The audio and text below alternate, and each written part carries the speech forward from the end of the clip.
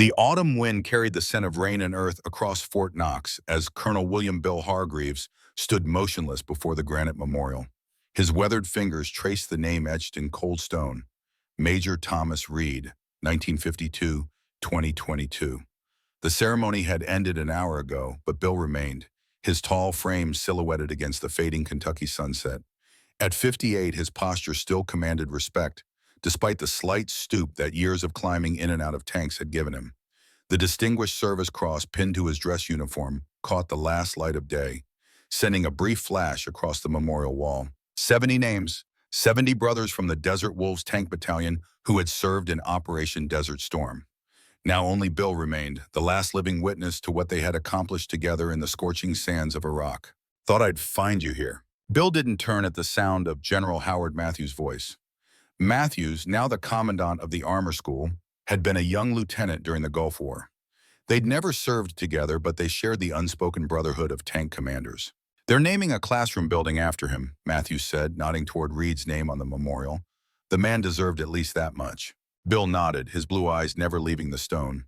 Tom deserved more than a building. They all did. The general stepped closer, lowering his voice. "The Secretary of Defense is visiting next week. Word is he's making an announcement about the future of armor." Now Bill turned, his expression hardening. "What kind of announcement?" "The kind that men like us won't like." Matthews glanced around, ensuring they were alone. "Budget cuts, reallocation of resources. The usual bureaucratic terms for gutting a program." A muscle tightened in Bill's jaw. He'd heard rumors for months. Whispers in the Pentagon quarters about the shifting priorities away from conventional warfare toward unmanned systems and cyber capabilities. But rumors were easy to dismiss. This sounded definitive. "They're going to mothball the tanks, aren't they?" Matthews nodded grimly. "Not all at once, but the writing's on the wall. The future, they say, is unmanned. Drones, remote weapons platforms, AI-driven combat systems." His voice carried the weariness of a man who had fought this battle in committee rooms and lost. "The Abrams modernization program is on the chopping block. Instead, they want to pour billions into the autonomous combat initiative." Bill felt cold anger rising in his chest. Tanks had been America's backbone on battlefields from World War II through Desert Storm and beyond. They'd saved countless American lives, including his own. Now some politicians and tech-obsessed generals wanted to discard that legacy for the promise of bloodless wars fought by joystick. Who's behind it? Major General Raymond Foster is leading the charge. You know him? Bill knew Foster all too well. A political animal with stars on his shoulders, Foster had spent more time in Washington than in any combat zone. His combat experience was limited to a brief tour in Panama, yet somehow he'd risen to become the Army's leading voice on future combat systems. "I know him," Bill said grimly. "He'll be here with the secretary." "And Bill," Matthews placed a hand on his shoulder, "he specifically requested that you lead the review team for the Armor Restructuring Initiative." Bill's eyebrows rose. "Me? Foster hates everything I stand for." Matthews smiled thinly. "That's precisely why. If he can convert you, the old warhorse, to his vision, it legitimizes everything. And if you fight him, he'll paint you as a dinosaur resisting extinction." The sun had fully set now, leaving them in the growing darkness. Bill looked back at the memorial, at the names of men who had lived and died believing in the importance of what they did. "I've got 6 months until retirement," Bill said quietly. "I was planning to fade away quietly." "I know, but I don't think that's in the cards anymore." As rain began to fall, both men silently retreated toward the parking lot. Bill's mind was already racing, calculating what this meant not just for him, but for the future of American armor, for the legacy of everyone whose name was etched on that wall. And for his son, the Hargreaves family home sat on 2 acres just outside Fort Knox. Bill had purchased it 15 years ago, planning to make it his retirement sanctuary. The white colonial house with its wraparound porch and mature oak trees had been a constant in his life, even as deployments and reassignments had taken him around the world. Inside, Bill hung his damp uniform jacket and moved to the study. He poured 2 fingers of bourbon into a crystal tumbler, settling into the worn leather chair that had belonged to his father, also a tank commander who had fought in Vietnam. The walls told the story of 3 generations of Hargreaves men who had served their country from armored fighting vehicles. Black and white photos of his father standing proudly atop an M48 Patton in the Vietnamese highlands. Color photographs of Bill with his Desert Wolves beside their Abrams in Saudi Arabia before the ground invasion, and more recent images of his son, Captain Michael Hargreaves, with his own tank crew and training exercises. Bill sipped the bourbon, feeling the familiar burn as memories surfaced unbidden. February 26, 1991. The Battle of Norfolk, the largest tank battle since World War II. He closed his eyes and suddenly he was there again. The interior of the Abrams hot and thrumming with the powerful turbine engine. The acrid smell of cordite mixed with sweat and fear. His crew, young men barely into their 20s, looking to him for leadership as Iraqi T-72s appeared through the sandstorm. Target 2 o'clock, range 1,800 meters. Identified. Fire! On the way! The 120-meter main gun roared, sending a depleted uranium round downrange at supersonic speed. Through his thermal sight, Bill watched the enemy tank erupt in flame. Target destroyed. Gunner, next target. But as they advanced through the storm, visibility deteriorated to almost nothing. Intelligence had indicated only light resistance in their sector, but intelligence was wrong. Very wrong. His tank, Sandstorm, led the column.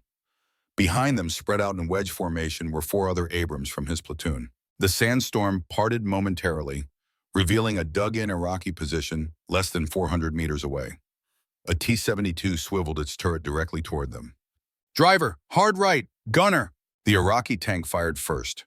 The round struck Sandstorm's frontal armor and ricocheted away, the composite armor doing its job. Bill's gunner, Specialist Ray Martinez, acquired the target and fired in one fluid motion.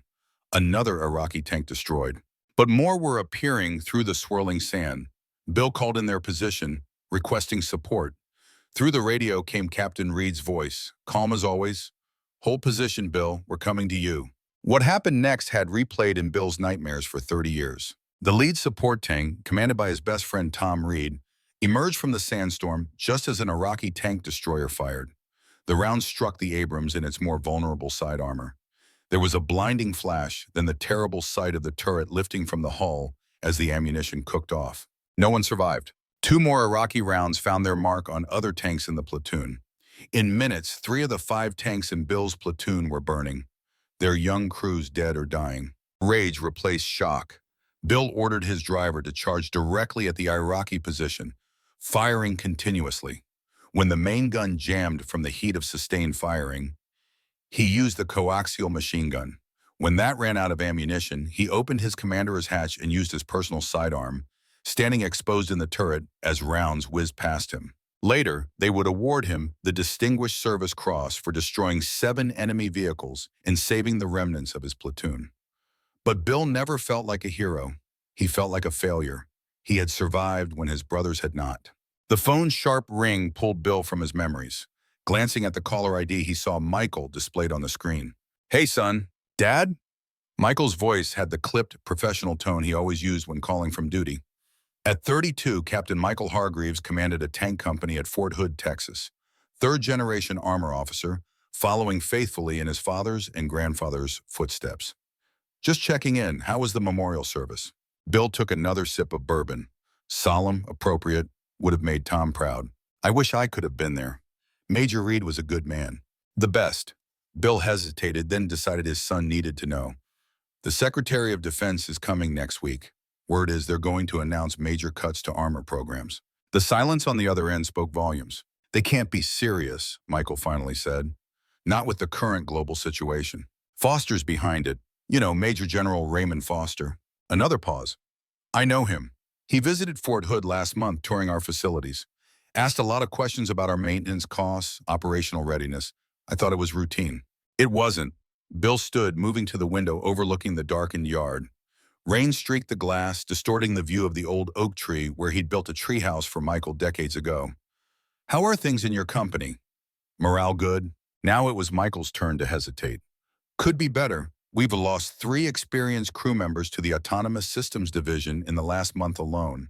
The word around base is that's where the future is, where the promotions will be. Bill felt a cold knot in his stomach.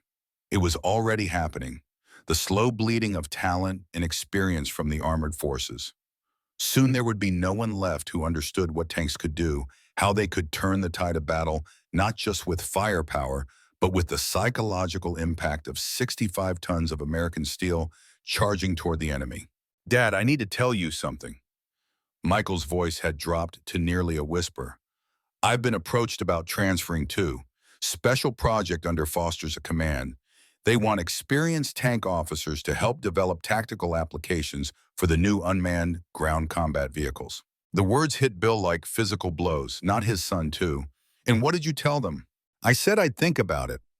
Before Bill could respond, Michael continued quickly. It's not what you think. I love tanks, Dad. You know that. But the writing's on the wall. If I want a career beyond company command, I need to adapt. The gulf between them seemed to widen with each word. Bill knew he should be supportive, understanding. But all he could think was that 3 generations of Hargreaves tank commanders was about to end with his retirement. Just don't make any decisions yet, Bill said finally. Give me a few weeks. What are you going to do? Whatever I can, Bill replied, his voice firming with resolve. This isn't just about us, or even the armor branch. It's about making sure America has the right tools for the next fight, and that fight won't be won by drones alone. After saying goodbye, Bill set down his phone and returned to his desk. From the bottom drawer, he pulled out a leather-bound journal he hadn't opened in years. Inside were his notes from Desert Storm, tactical observations, after-action reports, and personal reflections on what had worked and what hadn't in the largest tank battle since World War II. If Foster wanted a fight, Bill would give him one, but he'd need allies, information, and a strategy. Starting tomorrow, he would find all 3. The next morning, Bill arrived at his office in the Patton building an hour earlier than usual. As the senior tactical instructor at the armor school, he had a spacious corner office adorned with models of tanks from various eras in shadow boxes containing his medals and unit patches. By 0700 hours, he had compiled a list of potential allies within the Pentagon and at various armored units across the country. He would need voices from active units, not just retired old war horses like himself. A knock at his door interrupted his planning. Enter. Lieutenant Colonel Sarah Rodriguez stepped into his office, her posture military perfect despite the stack of files she carried. At 45, Rodriguez had the sharp intelligence in her dark eyes that Bill had come to respect during their 2 years working together. She had transferred to Fort Knox after 15 years at Aberdeen Proving Ground, where she had been one of the Army's top ballistics and vehicle protection experts. Good morning, Colonel, she said, setting the files on his desk. The student evaluations you requested. Thanks, Sarah. Bill gestured to the chair across from him. Got a minute? She sat, her expression curious. Of course, sir. What do you know about Major General Foster's Autonomous Combat Initiative? Rodriguez's eyebrows rose slightly, the only indication of surprise. Officially or unofficially? Both. She nodded, taking a moment to organize her thoughts. Officially, it's the future of ground combat. Unmanned fighting vehicles controlled from safe distances, minimizing American casualties while maximizing battlefield effectiveness. She recited the party line without enthusiasm. Unofficially, it's an overpriced, untested system that could fail catastrophically in any environment with significant electronic warfare capabilities. Bill leaned forward. You don't believe in the program. I believe in appropriate technology, she corrected. Drones have their place. So do remote weapon systems. But the idea that we can remove humans from the battlefield entirely? She shook her head. That's a dangerous fantasy.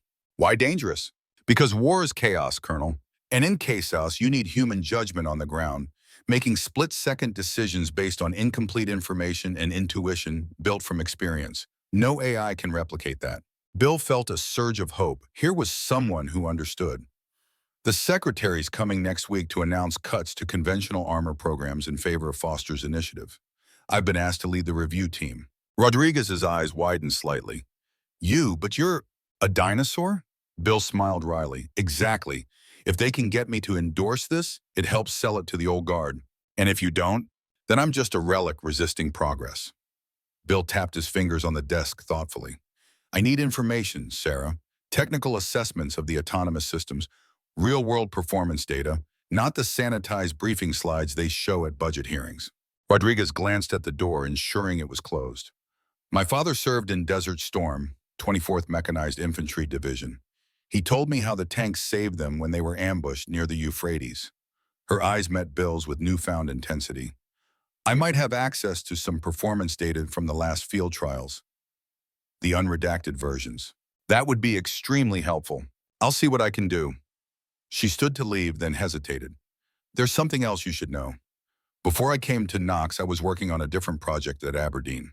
A low-profile, heavily armored fighting vehicle with a fixed gun instead of a turret, similar to the old tank destroyers from World War II, but with modern technology. Bill's interest was immediately piqued. What happened to it? Budget cuts. The bitterness in her voice was unmistakable.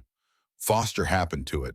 He redirected the funding to his precious autonomous program just as we were entering the prototype phase. Do you still have the design specs? A small, conspiratorial smile appeared on Rodriguez's face. I might have backup copies of certain unclassified documents. For academic purposes, of course. Of course, Bill agreed, matching her smile. I'd be very interested in reviewing those academic materials. After Rodriguez left, Bill turned to his computer and began searching through historical archives. If Rodriguez's vehicle was similar to World War II tank destroyers, perhaps there were lessons from that era that could inform their current situation. Hours later, his eyes burned from staring at the screen, but he had found something intriguing. Not about American tank destroyers, but about a German assault gun called the Sturmgeschütz 3, or Stuggy 3. The Stuggy wasn't technically a tank at all, lacking a rotating turret. Instead, it mounted a powerful gun in a fixed casemate on a tank chassis.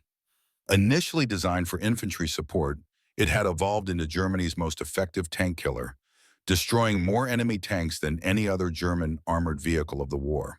What caught Bill's attention wasn't just the impressive kill record, but the economics.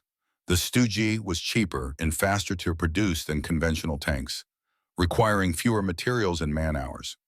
Yet despite its lower cost, its combat effectiveness was extraordinary, with Stuggy units claiming over 20,000 enemy tanks destroyed. Bill sat back, mind racing. Could this be the answer? Not autonomous vehicles, but a simpler, more cost-effective armored fighting vehicle that combined the protection of a tank with a lower profile and reduced production costs? He needed more information, and he knew just who to ask. Dr. Arthur Klein's office at the Patton Museum of Cavalry and Armor was a historian's dream and a custodian's nightmare. Books and documents covered every available surface, with narrow pathways winding between towering stacks of research materials. At 72, Klein was the Army's foremost expert on armored warfare history, a position that allowed him considerable leeway in his organizational methods or lack thereof. Bill Hargreaves! Klein's face lit up as Bill navigated through the literary labyrinth.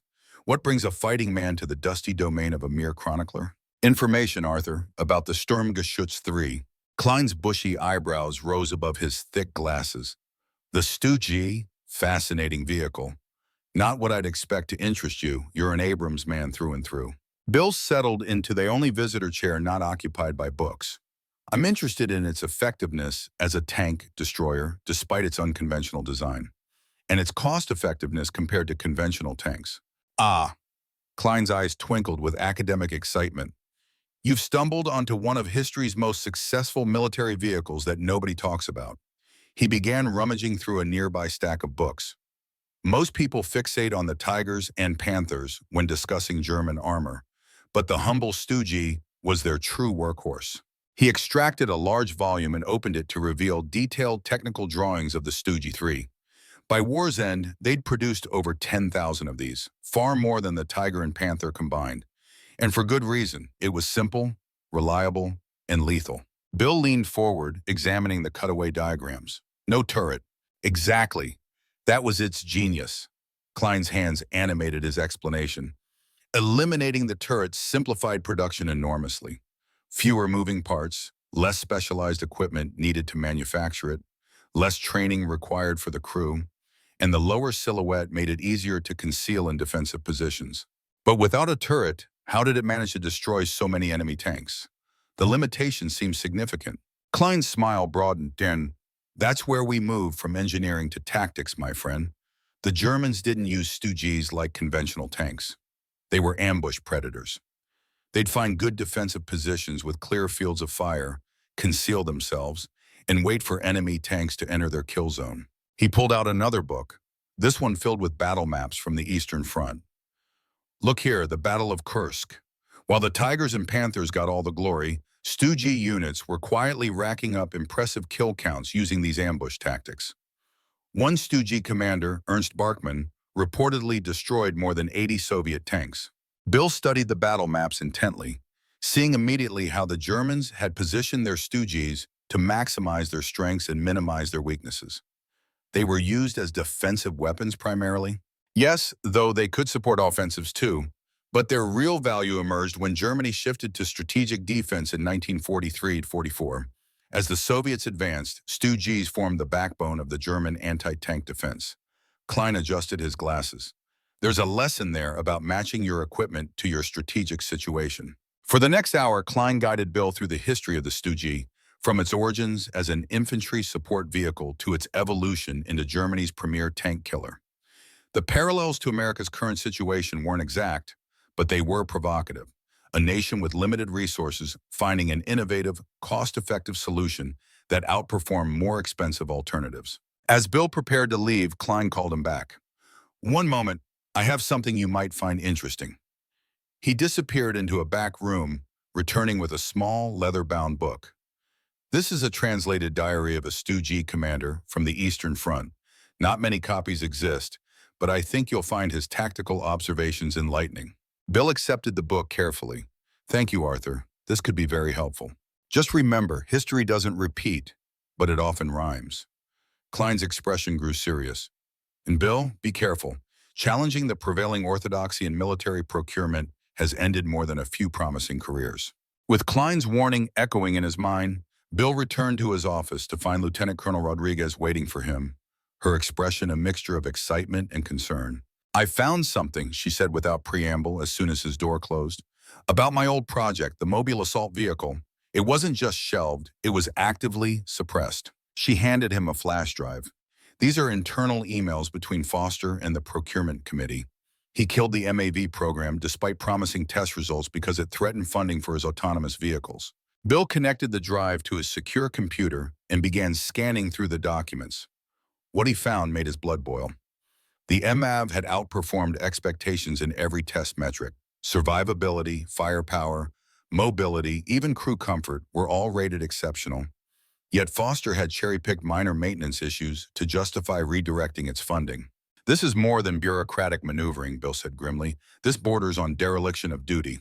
Rodriguez nodded. "There's more. Look at the last document." Bill opened the file to find a detailed comparison between the MAV and conventional tanks in various combat scenarios.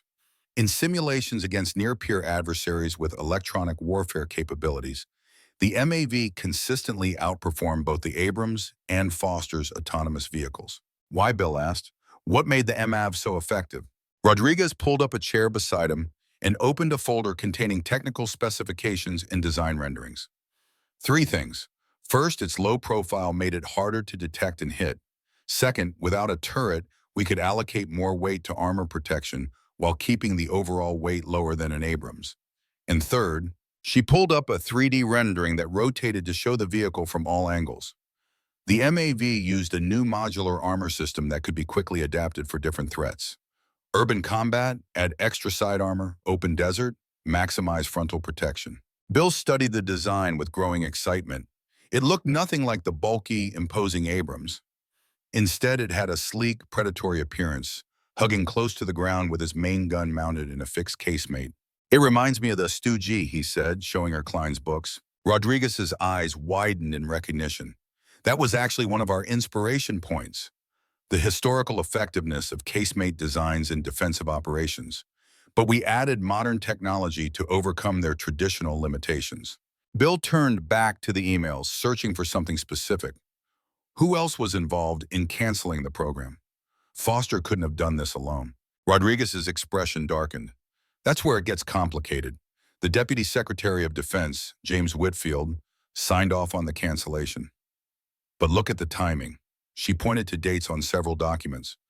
2 months after the cancellation, Whitfield's brother-in-law was appointed to the board of Techdyne Industries, the primary contractor for the autonomous vehicles, Bill finished, the implications clear. This wasn't just about military doctrine or differing opinions on technology. There was a money trail. "We need to be very careful how we proceed," Rodriguez warned. "These are powerful people with influential connections." Bill sat back, considering their next steps. "We need more allies. and we need a concrete alternative to present. Not just criticism of Foster's program, but a viable path forward. Rodriguez smiled. I might have a solution for that second part. She pulled up new files on the computer.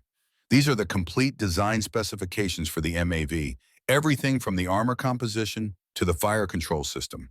All the research, all the testing data.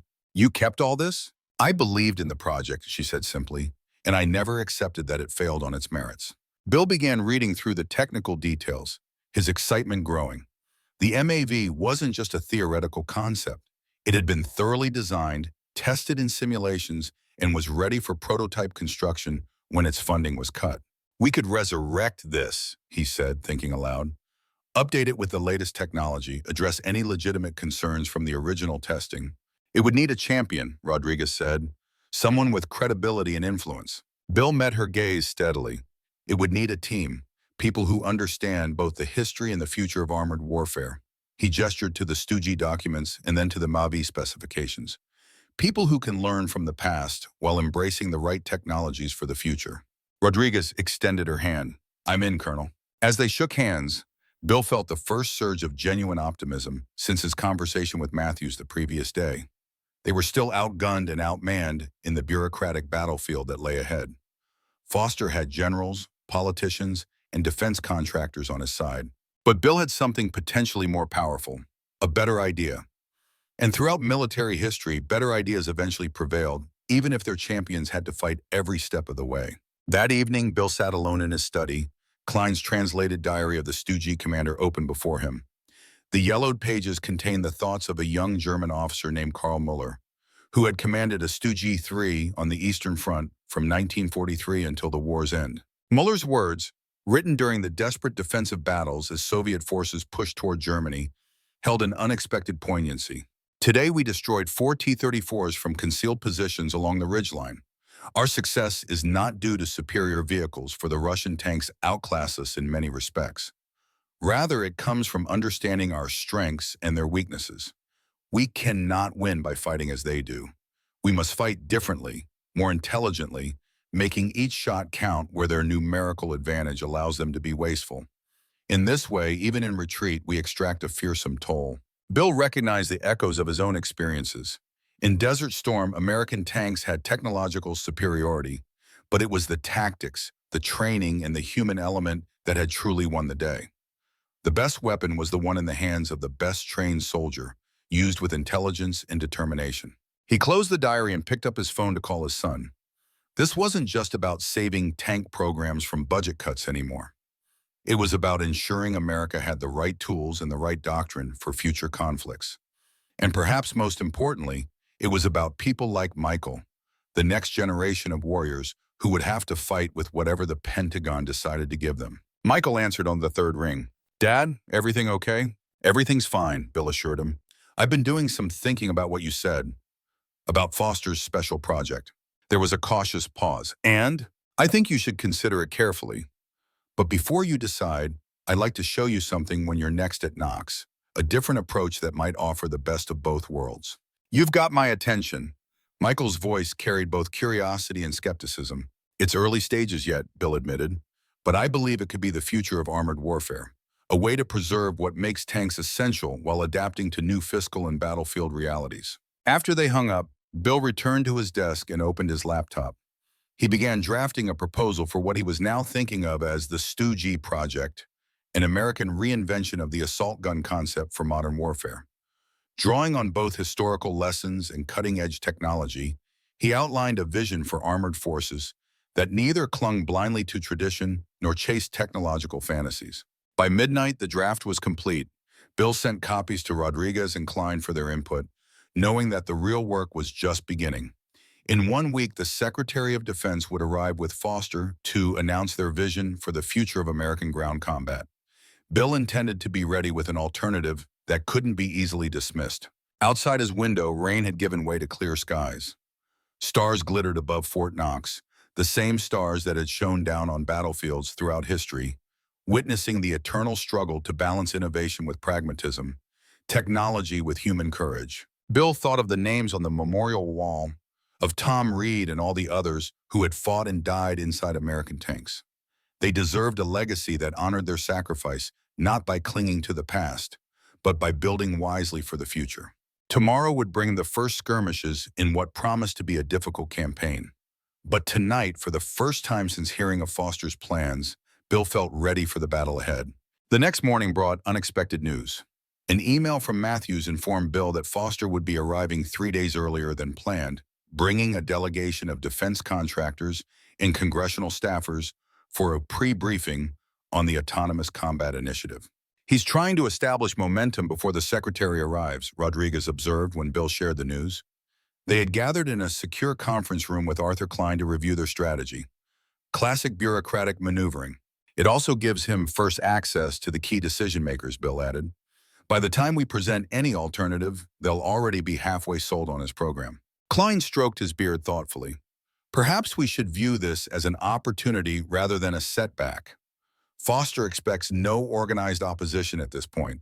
The element of surprise could work in our favor. Bill considered this. What did you have in mind? Military history is full of examples where a small, prepared force defeated a larger, overconfident one, Klein said with academic precision. Foster is bringing contractors and politicians. Yes? People who understand dollars better than they understand combat? Most of them have never seen the inside of a tank, Rodriguez confirmed. Klein smiled. Then give them something that speaks to their interests while educating them about battlefield realities. Not abstract briefing slides, but something visceral. Bill leaned forward, intrigued. Like what? A demonstration, Klein said simply. Show, don't tell. The idea took root immediately.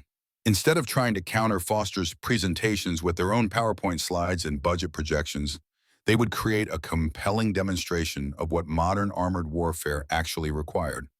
Something that would make the limitations of autonomous systems obvious while highlighting the potential of their alternative approach. For the next 48 hours, they worked tirelessly. Rodriguez coordinated with the training ranges to secure space for their demonstration. Klein delved into historical archives to provide documented examples of how unmanned systems had failed in past conflicts when faced with determined adversaries. Bill reached out to trusted officers throughout the armor branch, gathering data and support for their proposal. As Foster's arrival approached, their plan took final shape.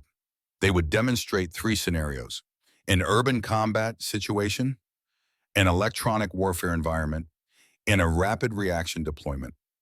In each case, they would show the vulnerabilities of fully autonomous systems and the advantages of their hybrid approach. The morning of Foster's arrival, Bill stood at the Fort Knox helipad, watching the Black Hawk helicopter descend. Beside him were Matthews and several other senior officers, all wearing carefully neutral expressions. This was Foster's show, after all, at least officially. As the rotor wash died down, Major General Raymond Foster emerged from the helicopter, followed by a group of civilians in expensive suits. At 60, Foster maintained a trim physique and the confident bearing of a man accustomed to having his orders followed without question. His close-cropped gray hair and perpetual slight smile gave him the appearance of a kindly grandfather, belying the ruthless ambition that had fueled his rise through the ranks. Colonel Hargreaves, Foster said as they shook hands. His grip was firm, his smile never reaching his eyes. I've been looking forward to working with you on this transition. Your experience will be invaluable.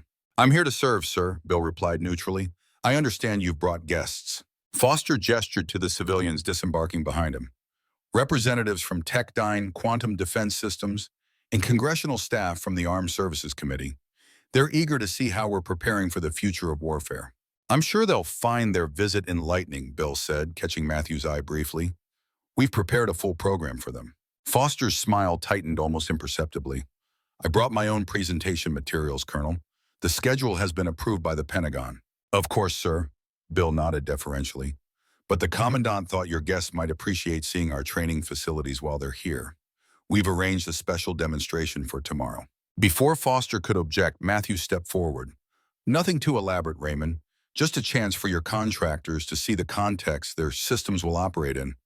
Colonel Hargreaves has put together quite an impressive scenario. Urban combat, electronic countermeasures, the works. Foster clearly wasn't pleased with this deviation from his plan, but with the Commandant backing it, he could hardly refuse. Very well, but it can't interfere with our briefing schedule. Wouldn't dream of it, Matthews assured him. Now let's get your people settled in. I'm sure they're tired after the flight. As the group moved toward the waiting vehicles, Foster held Bill back with a hand on his arm. When the others were out of earshot, his genial facade dropped. "I know what you're doing, Hargreaves," he said quietly. "Trying to undermine my program before it even launches. It won't work. The future is coming, with or without dinosaurs like you." Bill met his gaze steadily. "With respect, General, I'm just trying to ensure we make decisions based on battlefield realities, not PowerPoint fantasies. The stakes are too high for anything less." "The decision has already been made," Foster replied coldly. "This review is a courtesy, nothing more. Don't waste your remaining time at Knox tilting at windmills. It won't help your son's career." The implicit threat hung in the air between them. Bill felt a surge of anger but kept his expression neutral. "Is that a threat, sir?" Foster's smile returned, thin and predatory. "Just friendly advice from a senior officer. Captain Hargreaves has potential. Be ashamed to see it wasted because his father couldn't adapt to changing times." He walked away before Bill could respond, leaving him standing alone on the tarmac. The battle lines were now clearly drawn, and Foster had just escalated from bureaucratic maneuvering to personal threats. But rather than intimidating Bill, it only strengthened his resolve. If Foster was willing to threaten a soldier's career to get his way, what else might he do? How far would he go to ensure his program succeeded, regardless of its actual merit? These questions burned in Bill's mind as he watched Foster join the others. Whatever happened in the coming days would shape the future of American armored warfare for decades. And now, it seemed, it would also determine his son's future in the Army they both served. The stakes had just gotten much higher than budget allocations and doctrine disputes. Now it was personal. That night, in the quiet of his study, Bill called Michael. His son needed to know what he might be walking into.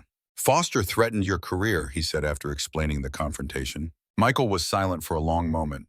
"Because of your opposition to his program?" "Yes." Another pause. "Dad, I appreciate the warning, but I can handle my own career." "I know you can, but you should understand what kind of man you'd be working for." Bill hesitated, then added, "There's something else, something bigger than just his autonomous program. We've found evidence suggesting the MAV project was killed for personal and political reasons, not technical failures." "The MAV, that turretless design from a few years back?" Michael's interest was clearly piqued. "What kind of evidence?"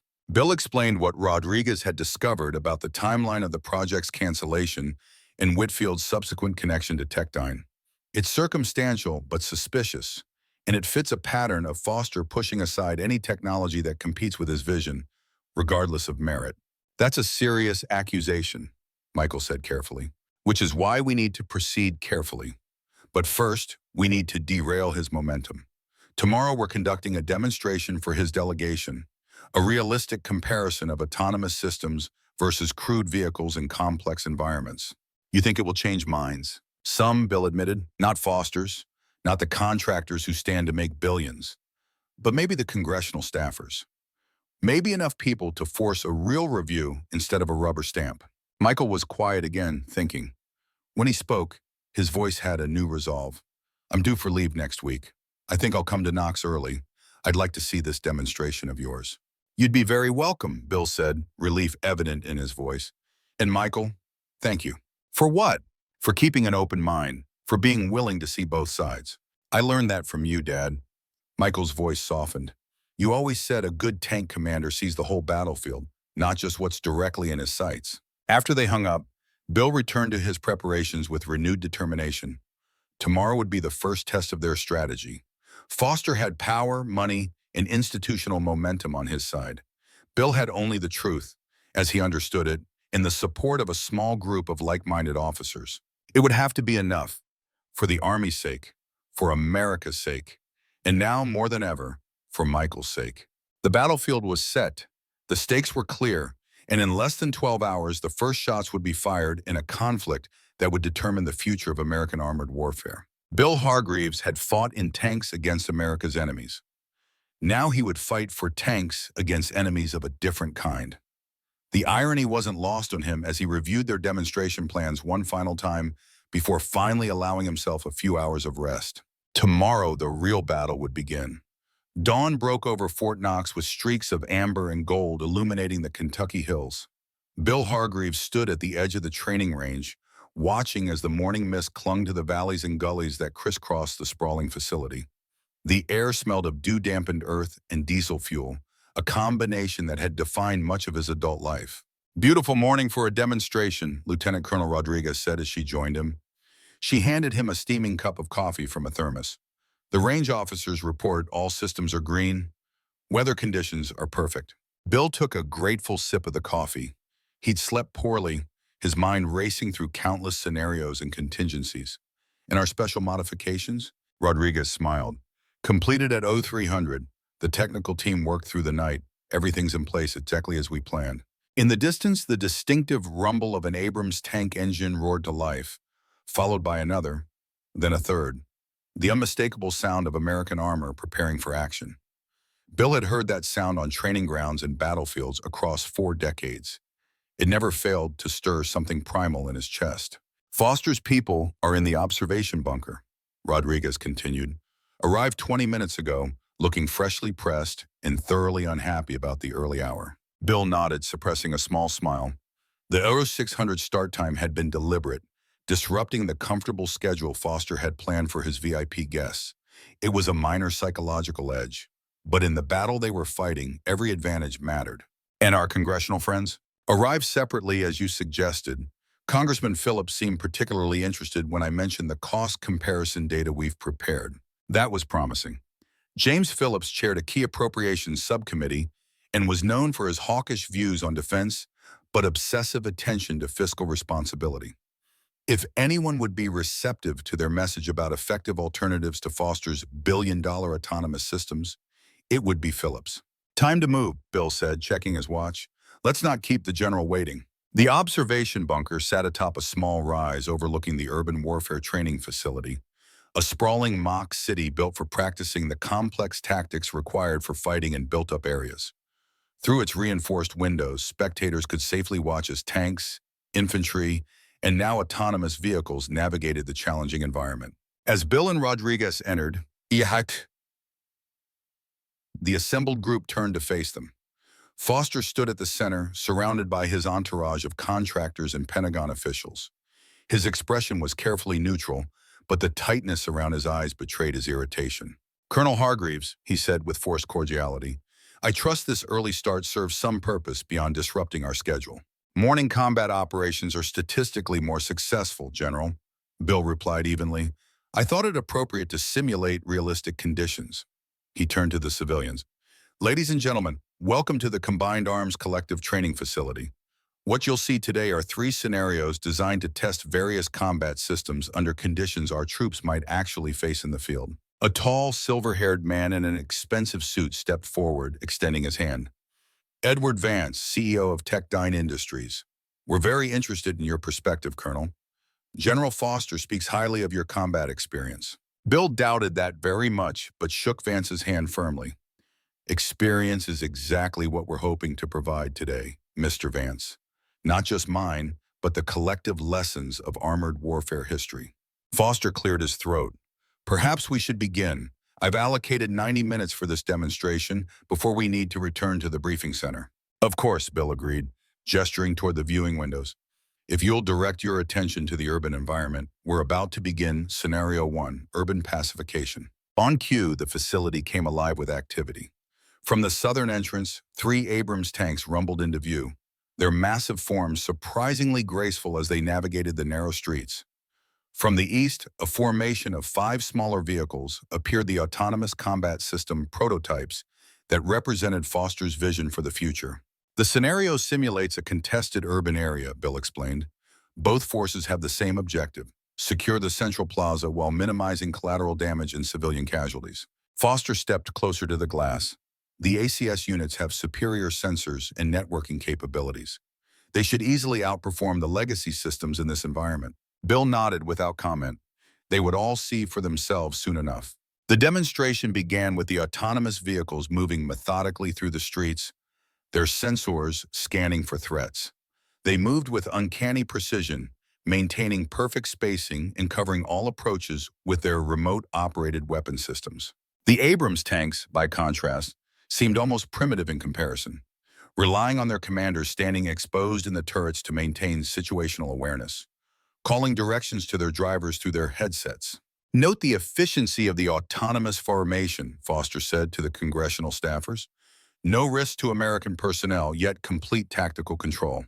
As if on cue, Rodriguez pressed a small transmitter in her pocket. Instantly, a series of smoke grenades detonated throughout the mock city, obscuring visibility. Simultaneously, portable jammers activated, broadcasting interference across the electromagnetic spectrum. The effect on the autonomous vehicles was immediate and dramatic. Deprived of clear sensor readings and with their communications disrupted, they froze in place, their weapons systems sweeping blindly for targets that their algorithms could no longer identify. The Abrams tanks, meanwhile, continued their advance, their crews, relying on training and human judgment rather than digital networks, adjusted to the degraded conditions. Tank commanders shouted instructions, gunners switched to backup sighting systems, and drivers navigated by landmark recognition rather than GPS. Within minutes, the exercise was effectively over. The crude tanks had secured the objective while the autonomous vehicles remained paralyzed by the electronic attack. This isn't fair, protested a Techdyne engineer. The exercise parameters were changed without warning. Exactly, Bill said quietly. Just as they would be in actual combat, our adversaries won't fight according to our preferred parameters. They'll actively work to disrupt them. Foster's face had darkened with anger. This demonstration has been deliberately rigged to favor manned systems. It proves nothing. With respect, General, Bill countered, it proves that autonomous systems, while impressive in controlled environments, remain vulnerable to the oldest and simplest countermeasures. Smoke has been defeating advanced optics since World War II. Jamming has been a feature of electronic warfare since Vietnam. Congressman Phillips leaned forward, suddenly more engaged. Colonel, are you suggesting the ACS program is fundamentally flawed? Not flawed, sir, just incomplete. Bill met Foster's glare without flinching. Any combat system that relies exclusively on sensors and communications networks has predictable failure points that adversaries will exploit. Human operators provide redundancy and adaptability that no algorithm can match. But humans are vulnerable, Vance interjected. They get tired, frightened, make mistakes. Our systems don't. True, Bill acknowledged. Humans have limitations, but so do autonomous systems, as we've just witnessed. The question isn't which is perfect. They both have strengths and weaknesses. The question is which combination of human and machine capabilities gives our troops the greatest chance of success and survival. He gestured toward the viewing window, where the Abrams tanks were now positioned around the central plaza, their crews visible as they maintained security despite the continuing electronic interference. Those tank crews adapted to conditions that paralyzed the autonomous vehicles, not because they're better than the technology, but because they complement it. When the high-tech systems fail, human ingenuity and training take over. Before Foster could respond, Bill pressed on. Now let's move to Scenario 2, defensive operations against superior forces. This will demonstrate how different vehicle designs affect combat effectiveness when outnumbered. As the group moved to a different set of viewing windows, overlooking a larger training area with rolling terrain and scattered vegetation, Bill caught Rodriguez's eye. The first phase had gone exactly as planned. Foster was off balance, and at least some of the civilian observers were beginning to ask the right questions. But the real test was yet to come. In the next scenario, they would introduce their alternative to both the conventional Abrams and Foster's autonomous systems, a modern American version of the assault gun concept, built from the resurrected MAV design. Rodriguez had worked miracles to prepare a visual mock-up of the vehicle in just 48 hours. It wouldn't actually function, but for demonstration purposes, it would allow the observers to see the radical difference in profile and concept compared to traditional tanks. As the group settled in front of the new viewing area, Bill felt the weight of what they were attempting. They weren't just challenging Foster's program. They were proposing a fundamental reimagining of American armored doctrine, drawing inspiration from a German weapon that had proven devastatingly effective 80 years earlier. If they failed to make their case convincingly, tanks as America had known them for generations might disappear from the battlefield, replaced by unmanned systems vulnerable to the very countermeasures they had just demonstrated. And with them would go the human element that had proven time and again to be the decisive factor in combat. The stakes couldn't be higher, and Foster, judging by his thunderous expression, knew exactly what they were trying to do. Before we begin the next scenario, Bill announced, I'd like to introduce a concept that offers an alternative path to both traditional tanks and fully autonomous systems. At his signal, Rodriguez unveiled a large display board showing detailed renderings of Zoavir's mobile assault vehicle. The sleek, low-profile design with its fixed main gun immediately drew curious looks from the observers.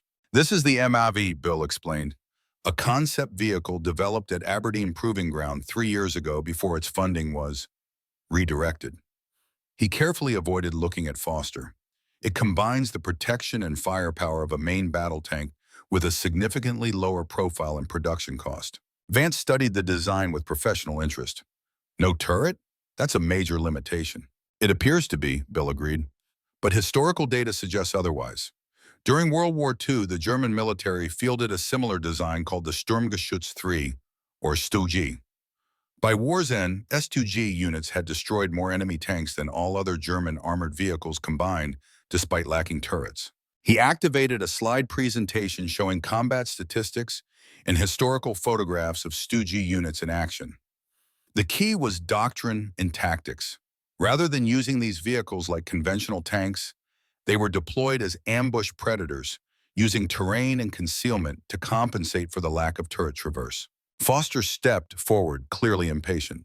This is absurd. You're proposing we base America's future armored forces on Nazi technology from the 1940s? The battlefield has changed, Colonel. The technology has evolved, General, but terrain and physics haven't, Bill countered. Low silhouette still equals harder to detect and hit. Simplified design still equals lower production costs and easier maintenance. And in an era of precision munitions, the ability to conceal armored vehicles has become more important, not less. He nodded to Rodriguez, who revealed a scale model of the MAV alongside models of an Abrams and an autonomous combat vehicle. The difference in height and profile was immediately apparent. The MAV is 40% lower than an Abrams and costs approximately 60% as much to produce, Bill continued. It carries the same main gun, but adds advanced electronic countermeasures and network targeting systems that allow it to engage threats from concealed positions without exposing itself. Congressman Phillips studied the model with evident interest. And you're saying this concept was already developed? With taxpayer money, then shelved? Yes, sir, Rodriguez interjected. I was part of the development team. The MAV completed initial design validation and was proceeding to prototype construction when funding was reallocated to other programs. Phillips turned to Foster. General, were you aware of this program? Foster's expression remained controlled, but a muscle twitched in his jaw. I was briefed on numerous experimental vehicle concepts when I assumed my current position. Most were technically interesting, but strategically irrelevant. With respect, General, Rodriguez said firmly, the MAV was deemed strategically irrelevant only after demonstrating superior performance in simulations against near-peer adversaries, specifically scenarios involving the kind of electronic warfare we just demonstrated. The tension in the room was palpable. Foster glared at Rodriguez, clearly furious at her direct challenge to his authority. But before he could respond, one of the congressional staffers spoke up. If this MAV concept is so effective, why wasn't it continued? What was the official justification for cancellation? Foster opened his mouth to answer, but Bill smoothly interjected. Perhaps we should continue with the demonstration. Scenario 2 will help illustrate the potential advantages of the MAV concept in practical terms. Without waiting for Foster's agreement, Bill directed everyone's attention to the training ground, where an elaborate scenario was unfolding.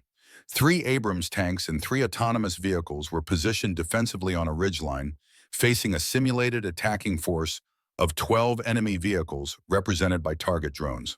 Scenario 2 simulates a defensive action against superior numbers, Bill explained. This is a situation American forces might face in several potential conflict zones where adversaries compensate for technological disadvantages with numerical superiority. As the observers watched, the simulated attack began. The Abrams and autonomous vehicles performed well initially, engaging targets at long range. But as the attackers closed in, using terrain features for cover, the limitations of both systems became apparent. The Abrams tanks, though powerful, presented large target profiles that were difficult to conceal. The autonomous vehicles, while smaller, lacked the judgment to properly prioritize threats in the chaotic environment. Now let's see how the MAV concept might perform in the same scenario, Bill said, activating a sophisticated simulation program Rodriguez had prepared. On a large monitor, computer-generated MAV units appeared in the same defensive positions, but employed radically different tactics. Instead of engaging from exposed positions on the ridgeline, they used defilade positions that concealed their hulls, while allowing their main guns to engage targets. They appeared and disappeared from different locations, never staying exposed long enough to be targeted effectively. This approach combines the best elements of crewed and autonomous systems, Bill explained. Human judgment for target prioritization and tactical decisions, coupled with a vehicle design optimized for concealment and survivability. Lower profile means fewer hits taken. Simplified design means lower production costs and more vehicles in the field. The simulation concluded with the MAV force destroying all attacking vehicles while sustaining minimal damage. The comparison with the performance of the Abrams and autonomous vehicles was stark. Vance frowned, clearly disturbed by the implications. This is just a simulation. It proves nothing about real-world performance. True, Bill acknowledged, but the Stooges' historical performance provides real-world validation of the core concept, and the MAV underwent thousands of hours of simulation testing before its cancellation, consistently outperforming conventional designs in defensive scenarios. Foster checked his watch with exaggerated impatience. I believe we've indulged this historical digression long enough. My team has actual field data from ACS deployments that contradicts everything Colonel Hargreaves has shown here. I'd be very interested in seeing that data, General, Congressman Phillips said mildly, particularly any testing against electronic countermeasures like those demonstrated today. A flicker of discomfort crossed Foster's face. Those test results remain classified at the highest level, but I can assure the committee that all relevant scenarios have been thoroughly evaluated. Bill caught Rodriguez's eye, recognizing the opening they'd been waiting for. Perhaps this would be a good time to distribute the technical analysis packets we've prepared, he suggested. Rodriguez handed out folders to each observer. These materials include declassified performance data from the MAV program, historical analysis of casemate vehicle effectiveness, and cost comparisons between conventional tanks, autonomous systems, and the MAV concept.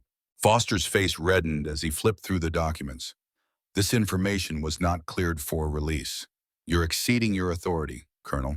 Every document in that packet was properly declassified through appropriate channels, Bill replied calmly. As the senior tactical instructor at the Armor School, I have both the clearance and the responsibility to provide accurate, historical, and technical information to defense policymakers. The atmosphere in the observation bunker had shifted perceptibly. What had begun as Foster's carefully orchestrated demonstration of his autonomous combat systems had transformed into a serious examination of alternatives he had deliberately suppressed.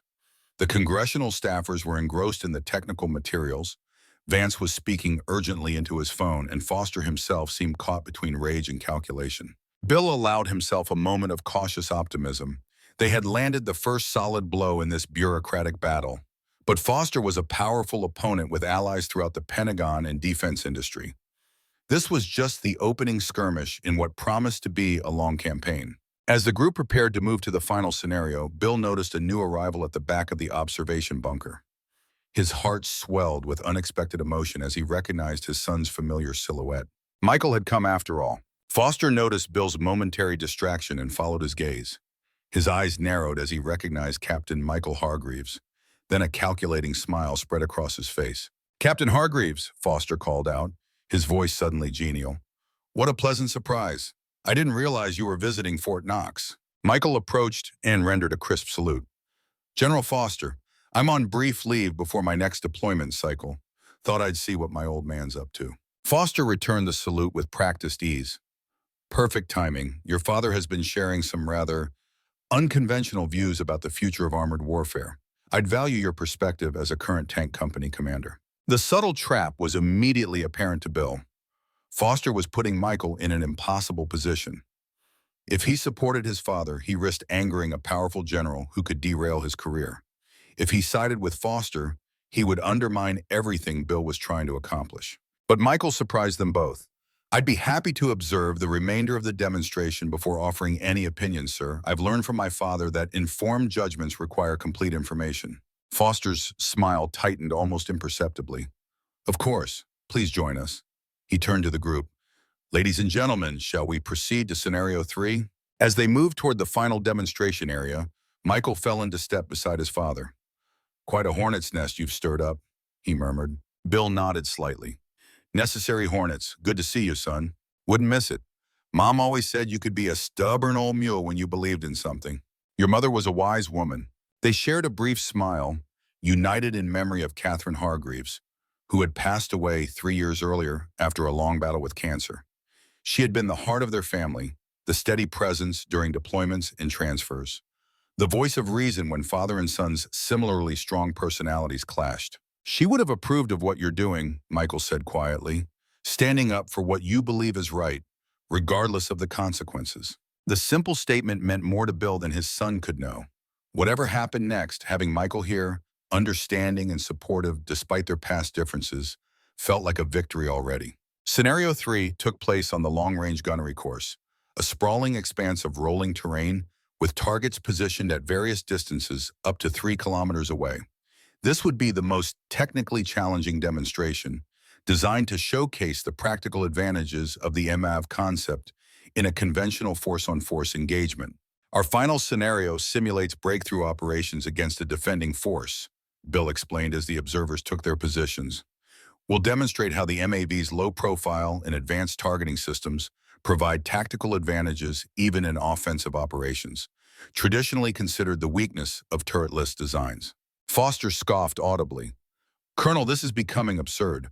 A fixed-gun vehicle cannot possibly match the flexibility of a turreted tank in offensive operations. That's basic armored warfare doctrine." "Traditional doctrine, yes," Bill acknowledged, "but the MAV incorporates technologies that change that equation. High-speed hull traverse, automated target tracking, and integrated drone reconnaissance compensate for the fixed gun's limitations." He gestured toward the training ground, where a full-scale mock-up of the MAV had been positioned alongside an Abrams tank in an autonomous combat vehicle. The difference in silhouette was stark. The MAV hugged the ground like a predatory cat, while the Abrams towered above it with the unmistakable bulk of its turret. The MAV presents approximately 60% of the target profile of an Abrams when viewed head-on, Bill continued. In battlefield conditions, that translates directly to survivability. Smaller target equals fewer hits taken. Rodriguez stepped forward with a tablet displaying technical specifications. The MAV also incorporates a revolutionary modular armor system that can be rapidly reconfigured for different threat environments. Maximum protection where it's needed most, without the weight penalty of uniform-heavy armor. The congressional staffers were taking notes rapidly, while Vance and his engineers huddled in whispered consultation. Foster's expression had hardened into a mask of barely contained fury. "This is all theoretical," he insisted. "Simulations and mock-ups prove nothing about real-world combat effectiveness." "Which is why we've prepared this final demonstration," Bill replied smoothly. "A live-fire exercise comparing the 3 systems under identical conditions." At his signal, crews entered the vehicles. Bill had arranged for his most experienced instructors to operate the Abrams, while Rodriguez herself would command the MAV mock-up, which had been fitted with functional targeting systems and a simulator that would replicate main gunfire. The autonomous vehicle, one of Foster's prototypes, would be controlled from a command post by Tech-Dyne operators using their standard protocols. "The objective is simple," Bill explained. "Advance to firing positions, engage all targets in sequence, then withdraw to cover. Speed, accuracy, and survivability will be measured." As the demonstration began, the strengths and weaknesses of each system became immediately apparent. The Abrams, powerful and well-protected, moved confidently across the terrain, its stabilized gun delivering accurate fire even while moving. But its high profile made it an obvious target, and its fuel-hungry turbine engine required frequent refueling for extended operations. The autonomous vehicle moved with mechanical precision, its targeting algorithms delivering impressive accuracy against stationary targets. But it struggled with target prioritization and showed limited ability to use terrain for concealment, often exposing itself unnecessarily. The MAV mock-up, under Rodriguez's expert guidance, demonstrated a completely different approach. It moved rapidly between covered positions, exposing itself only long enough to acquire targets and fire before retreating to safety. Its low profile made it difficult to spot at a distance, and its simulated rapid-fire capability allowed it to engage multiple targets in quick succession. When the exercise concluded, the data told a compelling story. While the Abrams had slightly better accuracy and the autonomous vehicle had completed the course marginally faster, the MAV had achieved comparable combat effectiveness while maintaining significantly better concealment and presenting fewer targeting opportunities to simulated enemy fire. The numbers speak for themselves, Bill said, as the observers reviewed the performance data.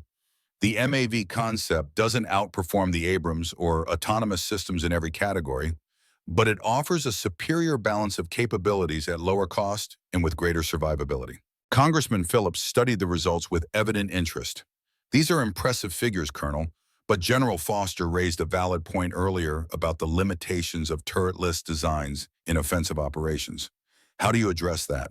Bill had anticipated this question. It's a matter of appropriate tactical employment, Congressman.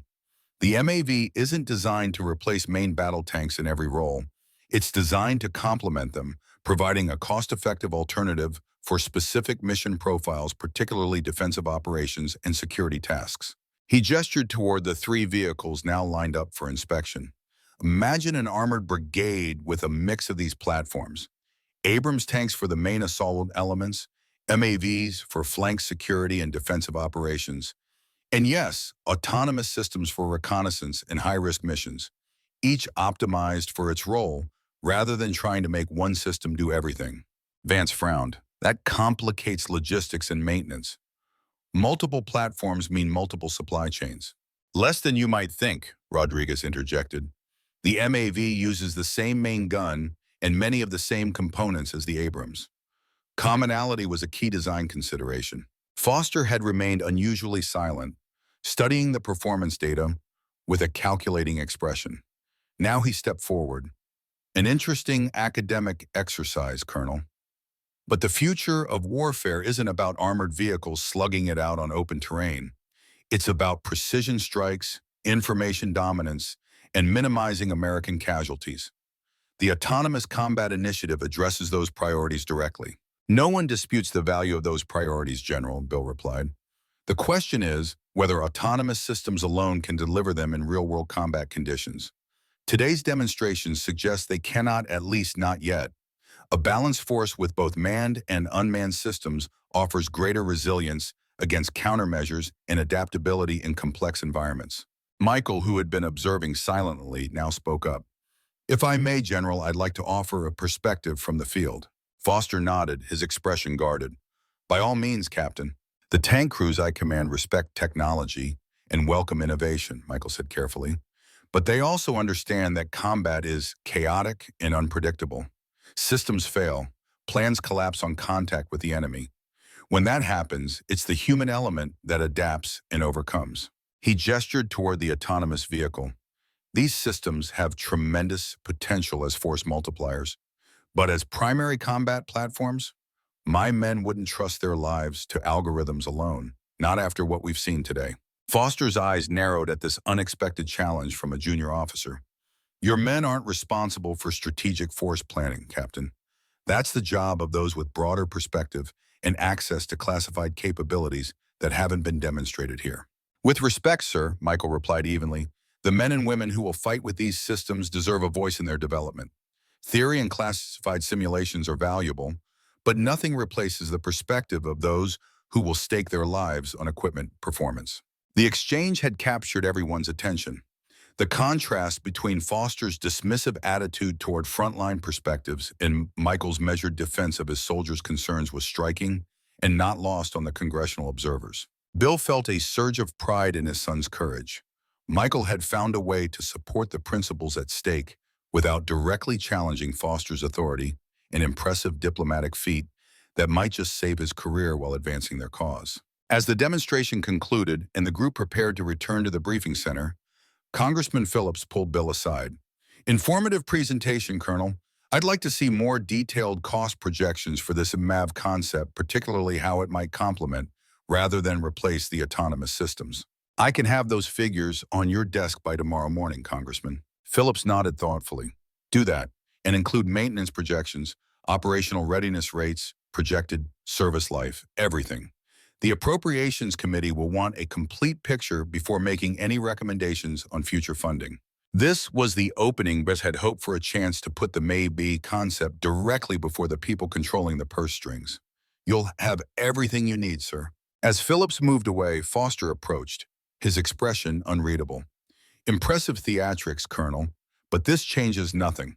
The Secretary's announcement will proceed as planned, and the future of American ground combat will be autonomous, regardless of your nostalgic attachments to obsolete platforms.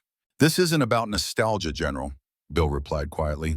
It's about providing our troops with the most effective tools for the missions they'll face. Not just the most technologically advanced, but the most practical and reliable. Foster's smile never reached his eyes. The world is changing, Hargreaves.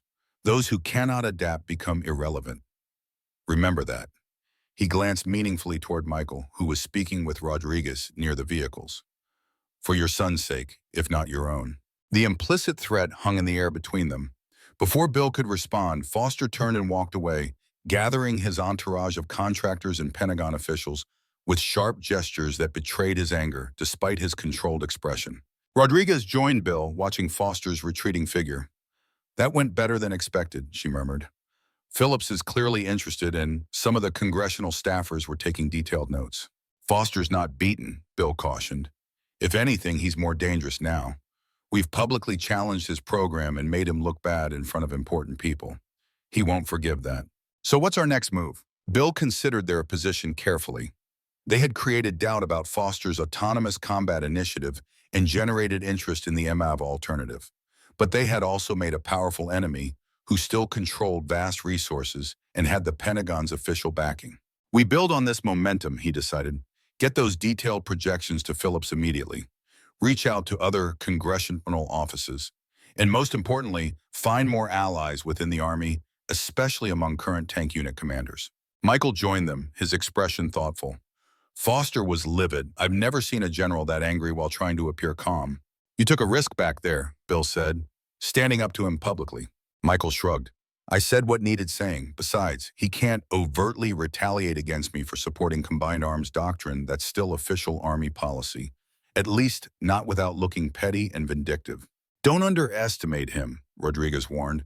Foster plays the long game, and he has friends throughout the promotion system. I'm not naive, Michael assured her, but some things matter more than career advancement, like making sure my soldiers have equipment that keeps them alive and lets them accomplish their mission. Bill felt a complex mixture of pride and concern.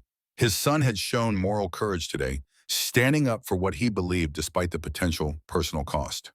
But that very courage had likely made him a target for Foster's future retribution. We should get back, Bill said, checking his watch. Foster will be starting his official presentation to the Secretary's advance team, and I want to hear exactly what he's claiming about the autonomous system's capabilities. As they walked toward their vehicle, Bill's phone chimed with a message. It was from Dr. Klein at the Patent Museum. Found something important. Original after-action reports from American units that encountered Stu G3s in Normandy. Their assessments are remarkable and directly relevant to your MAV concept. Come see me as soon as you can. Bill showed the message to Rodriguez and Michael, another piece of historical validation to support their case. The momentum was building. But as they drove back toward the main base, Bill caught sight of Foster's helicopter lifting off, heading toward the Pentagon rather than continuing the scheduled activities at Fort Knox. That was concerning. Foster was changing plans, adapting to the morning's setback. What new strategy was he developing? Whatever Foster was planning, Bill knew one thing with absolute certainty. The battle for the future of American armored warfare had only just begun.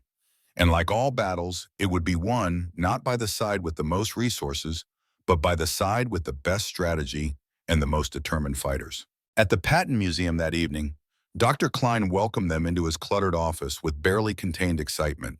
Papers and folders covered every surface, organized in a system comprehensible only to Klein himself. This is remarkable, the historian exclaimed, gesturing them toward a table where several aged documents lay carefully preserved in archival sleeves. After-action reports from the 2nd Army or Division in Normandy, July 1944. They encountered a Stu G battalion during the breakout from the beachhead and were surprised by their effectiveness. Bill leaned over the documents, reading the faded typewritten words with growing interest. The enemy assault guns demonstrated exceptional ability to conceal themselves in terrain features. He read aloud. Their low profile made them nearly invisible until they opened fire, and their frontal armor proved resistant to our 75mm guns except at close range. Klein nodded enthusiastically. American tankers developed healthy respect for the Stu-G. What's particularly interesting is this assessment from an intelligence officer. He pointed to another document. He writes that the Stu-G's fixed gun, while limiting its ability to engage targets to its flanks without repositioning the entire vehicle, forced German commanders to develop superior positional tactics. They chose their fighting positions more carefully than conventional tank units, with greater emphasis on fields of fire and concealment. Michael studied the documents with professional interest. So the limitation actually drove tactical innovation. Exactly, Klein beamed at him. Necessity mothering invention. And those tactical innovations proved devastatingly effective, especially in defensive operations. Rodriguez was examining technical drawings of the Stu-G3. The parallels to our MAV concept are striking.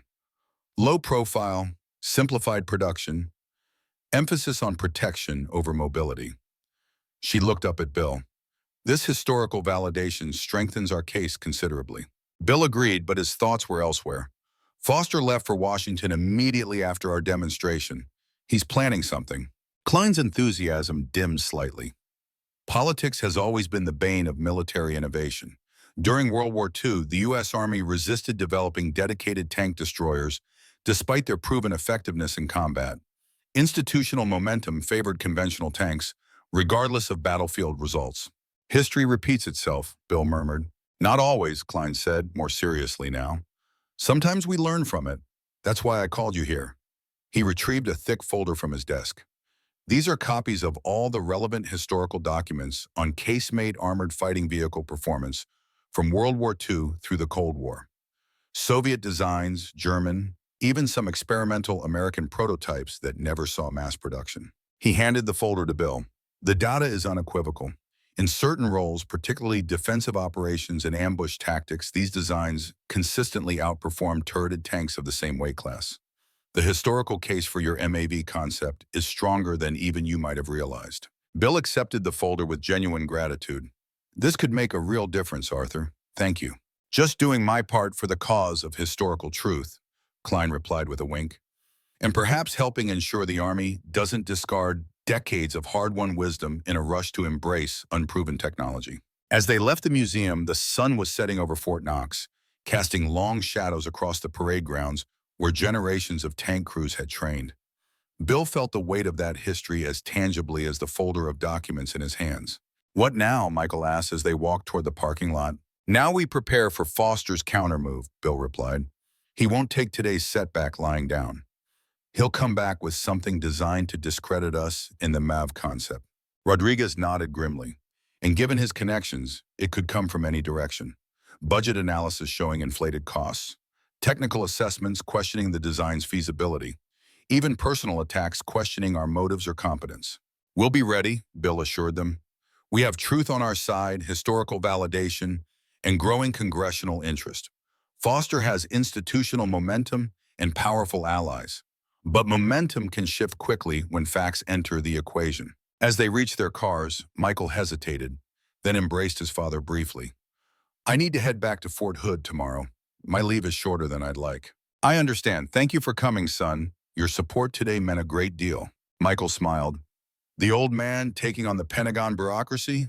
Wouldn't have missed it. His expression grew more serious. Be careful, Dad. Foster strikes me as the type who doesn't fight fair when backed into a corner. I'm counting on it, Bill replied.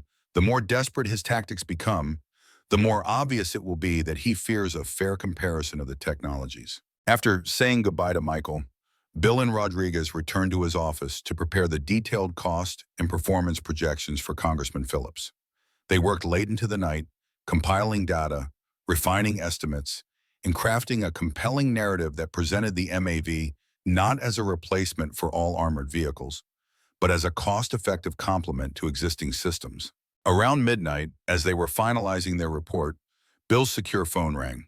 The caller ID showed a Pentagon exchange. Colonel Hargreaves, he answered cautiously. Bill, it's Howard Matthews.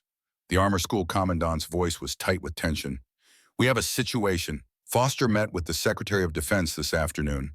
Tomorrow morning, they're announcing an accelerated timeline for the Autonomous Combat Initiative with full replacement of Abrams battalions beginning next fiscal year. Bill felt a cold knot form in his stomach. That's 2 years ahead of the original schedule.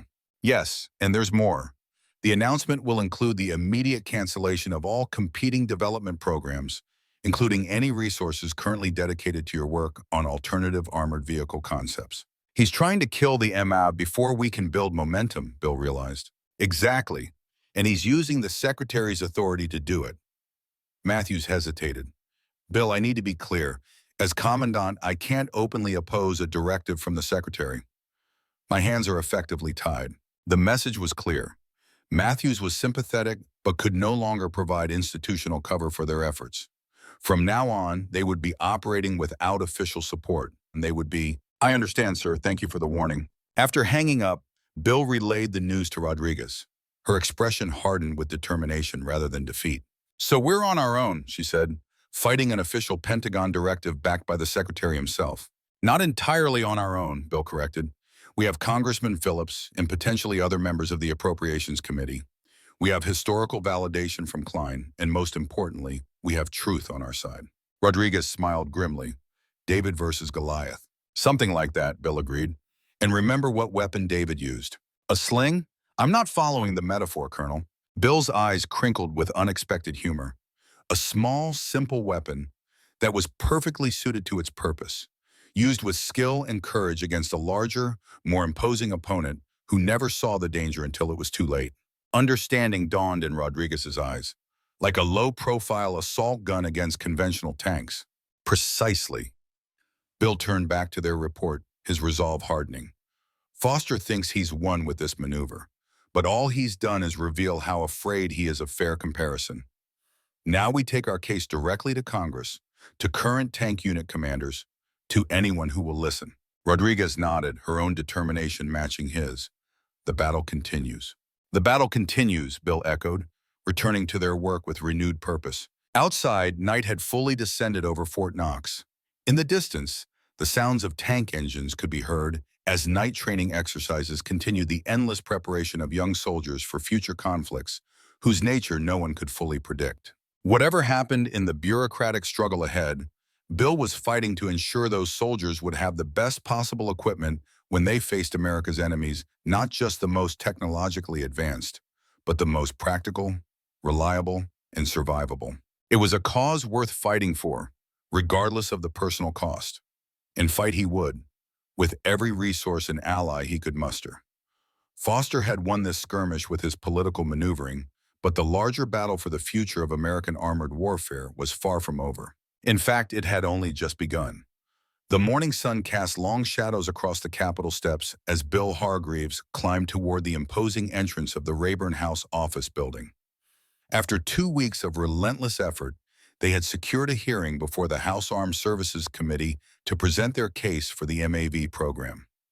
It hadn't been easy. Foster had deployed every bureaucratic obstacle imaginable, from questioning their security clearances to challenging their authority to speak on Army procurement matters. But Congressman Phillips had proven a powerful ally, using his position on the Appropriations Committee to force an official hearing. Now, Bill would have 90 minutes to convince some of the most influential members of Congress that Foster's autonomous combat program was fundamentally flawed and that their alternative offered a better path forward. Lieutenant Colonel Rodriguez waited at the top of the steps, immaculately uniformed and carrying a briefcase containing their presentation materials. The past 14 days had aged her visibly, dark circles beneath her eyes testament to countless late nights preparing technical documentation and financial projections. Ready? She asked as Bill reached her. As ready as we'll ever be. He glanced at his watch. Any word from our surprise guest? Rodriguez nodded. Just received confirmation. He'll be here. Bill allowed himself a small smile. They had worked tirelessly to secure testimony from Brigadier General Anthony Coleman, who had commanded tank units in both Iraq wars and now headed the Army's Combined Arms Center at Fort Leavenworth. Coleman was widely respected throughout the armor community, and his support would lend crucial credibility to their position. The hearing room buzzed with conversation as Bill and Rodriguez entered. Congressional staff members huddled in small groups while journalists set up recording equipment. In the front row of the audience section, Bill recognized several defense industry executives, including Edward Vance from Techdyne Industries. Their presence confirmed what Bill already knew. This hearing had high stakes for multiple powerful interests. At the witness table, Major General Foster sat reviewing his notes, radiating confidence in his perfectly pressed uniform adorned with rows of ribbons. Beside him sat two Pentagon civilians from the Procurement Division, both known to be staunch advocates of the Autonomous Combat Initiative. Foster looked up as Bill and Rodriguez approached the adjacent witness table. His smile was coldly professional. "Colonel, Lieutenant Colonel, I admire your persistence, however misguided." Bill returned the professional courtesy without the condescension. "General, I trust we can all agree that a thorough examination of all options serves the nation's best interests." Foster's smile tightened almost imperceptibly. "Of course, though I question whether rehashing already rejected concepts represents the best use of the committee's time." Before Bill could respond, the committee chairman called the hearing to order. After preliminary statements establishing the purpose of the proceedings to evaluate competing approaches for the future of American armored warfare, Foster was invited to present the Pentagon's official position. For the next 30 minutes, Foster delivered a masterful presentation on the Autonomous Combat Initiative. With polished slides and compelling video footage from controlled demonstrations, he painted a vision of unmanned vehicles dominating future battlefields, while American soldiers remained safely removed from danger. The technical specifications were impressive, the projected casualty reductions compelling, and the strategic advantages clearly articulated. In conclusion, Foster said, his voice resonating with conviction, the Autonomous Combat Initiative represents not merely an evolution, but a revolution in land warfare.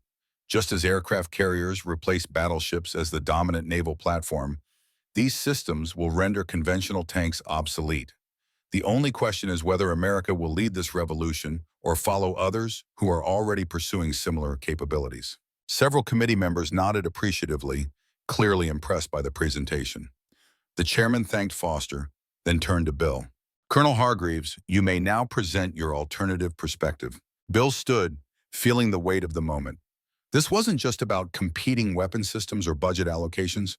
It was about the future of American ground combat and the lives of soldiers who would fight with whatever systems Congress authorized. "Mr. Chairman, distinguished committee members, I appear before you today not to oppose progress or innovation, but to ensure we define progress correctly in terms of actual combat effectiveness rather than technological novelty."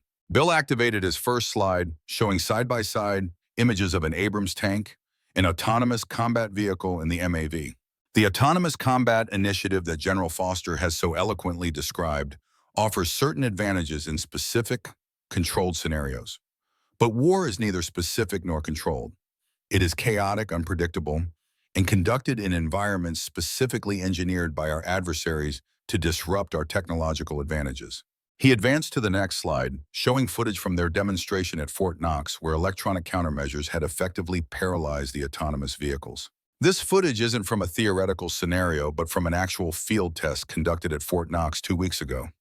Simple electronic warfare techniques, not even the most advanced measures we expect from near-peer adversaries, rendered the autonomous vehicles completely ineffective, while conventional crewed vehicles continued to operate. Foster leaned toward his microphone. "Mr. Chairman, I must object. This demonstration was conducted without proper protocols and deliberately rigged to produce a predetermined outcome." The chairman frowned. "Is this true, Colonel?" "No, sir," Bill replied firmly. "The demonstration used standard electronic warfare training equipment that replicates known adversary capabilities. Nothing was manipulated beyond creating realistic battlefield conditions that any deployed force might encounter. I would be happy to provide the complete technical parameters." Before the chairman could respond, the hearing room door opened and Brigadier General Coleman entered, his presence immediately drawing attention. The chairman recognized him with evident surprise. "General Coleman, we weren't expecting you. Are you here to testify?" Coleman approached the witness table with measured steps. "With the committee's permission, yes. I believe I can offer relevant perspective on the matters under discussion." After brief consultation among committee members, Coleman was sworn in and invited to make a statement. His testimony was brief but devastating to Foster's position. "As the commander of the Combined Arms Center, I oversee training and doctrine development for the entire Army. Over the past 18 months, we have conducted extensive testing of autonomous combat systems against simulated near-peer adversaries. The results consistently show critical vulnerabilities to electronic warfare, cyber attack, and even simple environmental factors like heavy rain or dust storms. Coleman placed a folder on the witness table. This report, which I provided to the committee, details 12 major exercises in which autonomous systems failed under combat realistic conditions. These failures weren't anomalies, they were consistent patterns that highlight fundamental limitations in current technology. Foster's face had darkened with barely controlled anger. General Coleman, why wasn't this report included in the official assessment provided to the Secretary? It was submitted through proper channels, Coleman replied evenly. Whether it reached the Secretary is a question I cannot answer. The implication hung in the air, unspoken but clear. Someone had prevented critical testing data from reaching senior decision-makers. The committee members exchanged glances, clearly recognizing the significance of this revelation. Bill seized the opportunity to advance his case. Committee members, the limitations General Coleman has identified are precisely why we're advocating for a balanced approach. Not rejecting autonomous systems entirely, but complementing them with crewed vehicles specifically designed to operate in contested environments. He launched into a detailed presentation of the MAV concept, emphasizing its historical validation through the combat record of similar designs, its cost-effectiveness compared to both conventional tanks and autonomous systems, and its superior survivability in environments where electronic warfare was prevalent. As Bill spoke, he noticed Foster whispering urgently to one of his Pentagon colleagues, who then left the room hurriedly. Something was happening behind the scenes, but Bill couldn't afford to lose focus. He continued his presentation, methodically building the case for a mixed force of autonomous systems, conventional tanks, and the MAV concept working together to provide maximum combat effectiveness across all scenarios. In conclusion, Bill said, we're not asking you to choose between tradition and innovation, but to embrace pragmatic innovation that acknowledges battlefield realities. The MAV concept represents a fiscally responsible, technically feasible alternative that addresses known vulnerabilities in both traditional tanks and autonomous systems. The chairman thanked Bill for his presentation, then opened the floor for questions from committee members. For the next 45 minutes, both Bill and Foster fielded increasingly pointed inquiries about their respective positions. The tide of the hearing was clearly shifting, with several previously supportive members now expressing serious concerns about Foster's program. Then came the moment Bill had been dreading. Congressman Wallace, a known ally of the defense contractors backing Foster's initiative, fixed Bill with a stern gaze. Colonel Hargreaves, I've just been informed that your son, Captain Michael Hargreaves, was recently passed over for promotion to major. Were you aware of this? The question caught Bill completely off guard. Michael's promotion board wasn't scheduled to convene for another 3 months. Unless... I was not aware, Congressman, Bill answered carefully, though I'm not sure how my son's promotion status relates to the matters before this committee. Wallace continued relentlessly. I'm also informed that Captain Hargreaves recently received an efficiency report citing questionable judgment and resistance to technological innovation. Do you think your son is being punished for your advocacy position? The hearing room fell silent. Everyone present understood the implications. Foster or his allies were sending a message. Opposition would have consequences, not just for Bill, but for his family. Bill felt a surge of anger, but kept his voice measured. Congressman, I can't speak to the specific contents of my son's personnel records. But if anyone is using promotion and evaluation systems to punish legitimate professional disagreement, that would constitute a serious ethical breach that undermines military effectiveness. Foster interjected smoothly. Mr. Chairman, I must object to this line of questioning. Captain Hargreaves' promotion status follows standard Army procedures and has no bearing on the technical matters before this committee. The chairman agreed, redirecting the questioning to technical aspects of both programs. But the damage was done. Foster had demonstrated his willingness to use Michael's career as leverage against Bill, a message that wasn't lost on anyone in the room. As the hearing concluded, Bill felt a complex mixture of emotions. They had made their case effectively, and Coleman's surprise testimony had significantly strengthened their position. But Foster's willingness to target Michael revealed a dangerous adversary who would stop at nothing to protect his program. Outside the hearing room, Rodriguez joined Bill as reporters swarmed around them, shouting questions about the dramatic proceedings. Bill declined comment, steering them toward the exit where Coleman waited. "Thank you, sir," Bill said quietly as they walked. "Your testimony made a real difference." Coleman nodded grimly. "I've been watching Foster's program with growing concern for months. When I heard about your hearing, I knew it might be the last chance to inject some reality into the process." He glanced around to ensure they weren't overheard. "But this isn't over. Foster has powerful allies and billions in defense contracts backing him. He'll regroup quickly." "And Michael?" Bill couldn't keep the concern from his voice. "I've already made calls," Coleman assured him. "Whatever efficiency report was filed, I've initiated a review." Foster overplayed his hand there. Even his allies in the Pentagon won't openly support using the evaluation system for retribution. As they parted ways, Bill's phone vibrated with a message from Michael. "Heard about the hearing. Don't worry about me. Keep fighting. We're making a difference." The simple text brought unexpected moisture to Bill's eyes. His son was showing more courage and integrity than many officers with twice his experience. Whatever personal cost they both paid, the cause was worth it. Back at Fort Knox that evening, Bill found General Matthews waiting in his office. The commandant's expression was grave. "Foster's people are pulling out all stops," Matthews said without preamble. "The secretary has ordered an immediate security review of all materials related to the MAV concept, claiming potential classification violations." Bill had anticipated this move. "Everything we presented was properly declassified. Rodriguez made certain of it. I know that and you know that, but the review process itself could take weeks, effectively sidelining your advocacy at a critical moment." Matthews leaned forward, lowering his voice. "There's more. They're questioning your mental fitness for duty, suggesting your Gulf War experience may have left you with unresolved PTSD that's clouding your judgment." The accusation was so absurd that Bill almost laughed. "They're getting desperate." "Desperate and dangerous," Matthews warned. "Foster has invested his entire career in the autonomous program. If it fails, he fails. Men like that will burn down the house rather than admit they were wrong." Before Bill could respond, his phone rang. It was Rodriguez, her voice tense with urgency. "Colonel, you need to see CNN right now." Bill activated the television in his office, tuning to the news channel. The headline scrolling across the bottom of the screen sent a chill through him. "Breaking: Major cyber attack cripples military networks." The news anchor was describing a massive electronic warfare incident during NATO exercises in Eastern Europe. Sophisticated jamming and hacking had disabled communication networks across multiple Allied forces, leaving commanders unable to coordinate operations. The scenario was eerily similar to the vulnerabilities Bill had highlighted in Foster's autonomous systems. "This changes everything," Bill said quietly.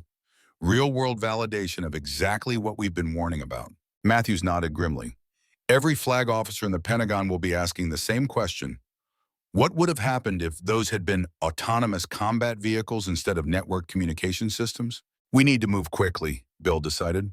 "Contact Phillips. Tell him we're requesting an emergency follow-up hearing in light of these developments." The next 48 hours passed in a blur of activity.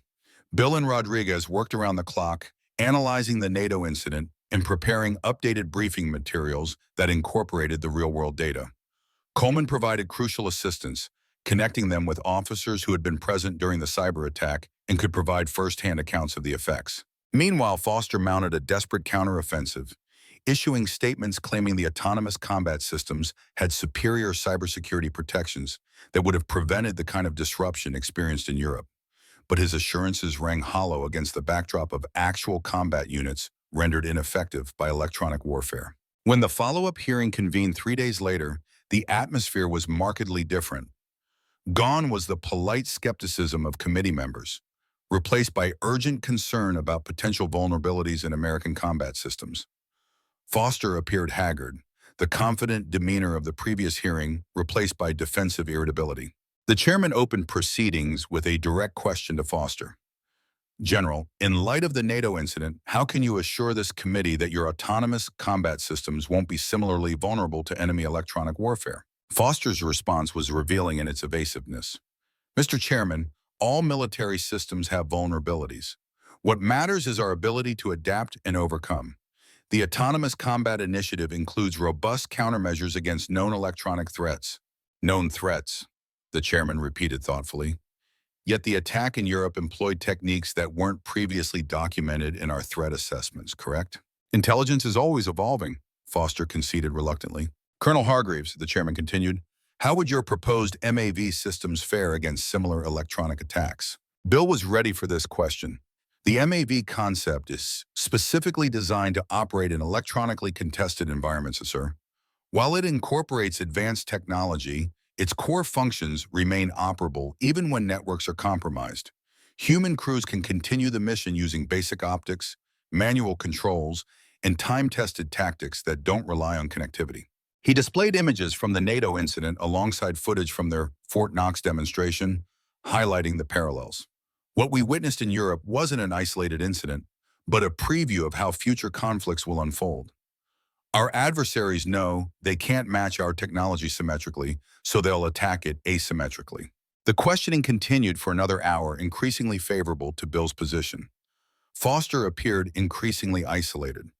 His assertions about the resilience of autonomous systems contradicted by real-world events and Coleman's expert testimony. Then came the moment that changed everything. Congressman Phillips held up a folder with "confidential" stamped across its cover.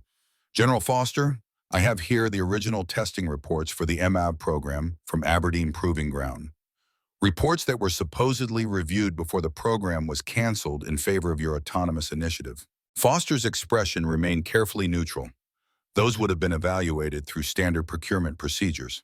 Indeed, Phillips agreed, except these reports weren't evaluated at all. According to timestamps and electronic signatures, these documents were never opened by the review committee before the cancellation decision. In fact, they were only accessed for the first time 3 days ago after our previous hearing. A murmur ran through the hearing room. Phillips continued relentlessly. These reports showed that the MAV consistently outperformed both conventional tanks and autonomous systems in electronically contested environments. They also project production costs 40% lower than your autonomous vehicles. He fixed Foster with a stern gaze. General, did you deliberately suppress these findings to protect your preferred program? Foster's face flushed with anger. That's an outrageous accusation, Congressman. I categorically deny any improper influence over the procurement process. But the damage was done. Committee members were now openly skeptical of Foster's assurances, and subsequent questioning revealed numerous inconsistencies in his previous testimony about the evaluation process. As the hearing concluded, the chairman made an unusual announcement. In light of the serious questions raised today, this committee is recommending an immediate pause in the Autonomous Combat Initiative, pending a comprehensive review by an independent panel of military and technical experts. We are also recommending that the MAV concept receive expedited evaluation for potential inclusion in future armored vehicle procurement. Victory wasn't total, but it was significant. The autonomous program hadn't been canceled, but it had been delayed for proper evaluation. And the MAV concept had gained official recognition as a viable alternative deserving serious consideration. Outside the hearing room, Rodriguez could barely contain her excitement. We did it, Colonel. They actually listened. Bill remained more measured. They listened because reality intruded on Foster's narrative. The NATO incident made our warnings impossible to ignore. Sometimes you need a crisis to create change, Coleman observed, joining them. But don't underestimate what you've accomplished. Taking on the Pentagon procurement system and actually forcing a course correction is like turning an aircraft carrier with a rowboat oar. As they walked toward the exit, Bill spotted Foster in heated conversation with several defense industry executives, including Vance from Techdyne. Their expressions conveyed fury and desperation, the looks of men watching billions in potential contracts slipping away. Foster noticed Bill watching and broke away from the group, approaching with cold fury etched on his face. Congratulations, Hargreaves. You've managed to delay critical modernization of our ground forces based on one isolated incident and a lot of nostalgic rhetoric about the glory days of tank warfare. Not delay, General, redirect, Bill corrected calmly, towards systems that will actually work when our soldiers need them most. Foster leaned closer, his voice dropping to a threatening whisper. This isn't over. You've made powerful enemies today. Enemies with long memories. Your retirement won't protect you, and your son will be paying for your crusade for years to come. Bill met his gaze steadily. You still don't understand, do you? This was never about me or my career. It was about making sure American soldiers have equipment that gives them the best chance to win and survive. If you were half the officer you pretend to be, that would be your priority too. He turned and walked away, leaving Foster fuming behind him. The battle wasn't over yet, but for the first time, Bill allowed himself to believe they might actually win. 3 months later, Bill stood on the testing range at Aberdeen Proving Ground, watching as the first MAV prototype maneuvered through a challenging obstacle course. The low-profile vehicle moved with surprising agility, its sleek silhouette hugging the terrain as it navigated between barriers and across ditches. Beside him, Rodriguez beamed with pride. As the newly appointed program manager for the MAV initiative, she was finally seeing her design concepts translated into physical reality. Handling characteristics are even better than the simulations predicted, she observed as the prototype executed a sharp turn without losing momentum. The lower center of gravity gives it remarkable stability. Bill nodded appreciatively. After the congressional hearing, events had moved with unexpected speed. The independent review panel had confirmed their concerns about the autonomous combat systems while validating the potential of the MAV concept. Funding had been rapidly reallocated, and the first prototype was completed in record time. Foster hadn't gone quietly. He had mounted a fierce bureaucratic counteroffensive, attempting to undermine the MAV program at every turn. But the NATO incident had fundamentally shifted the Pentagon's perspective on electronic warfare vulnerabilities. When similar attacks occurred during exercises in the Pacific, even Foster's staunchest allies began distancing themselves from the autonomous combat initiative. The final blow came when investigative journalists uncovered evidence of improper relationships between Foster, key Pentagon procurement officials, and defense contractors associated with the autonomous systems. The resulting scandal had led to Foster's early retirement and multiple criminal investigations. Bill's phone vibrated with an incoming message.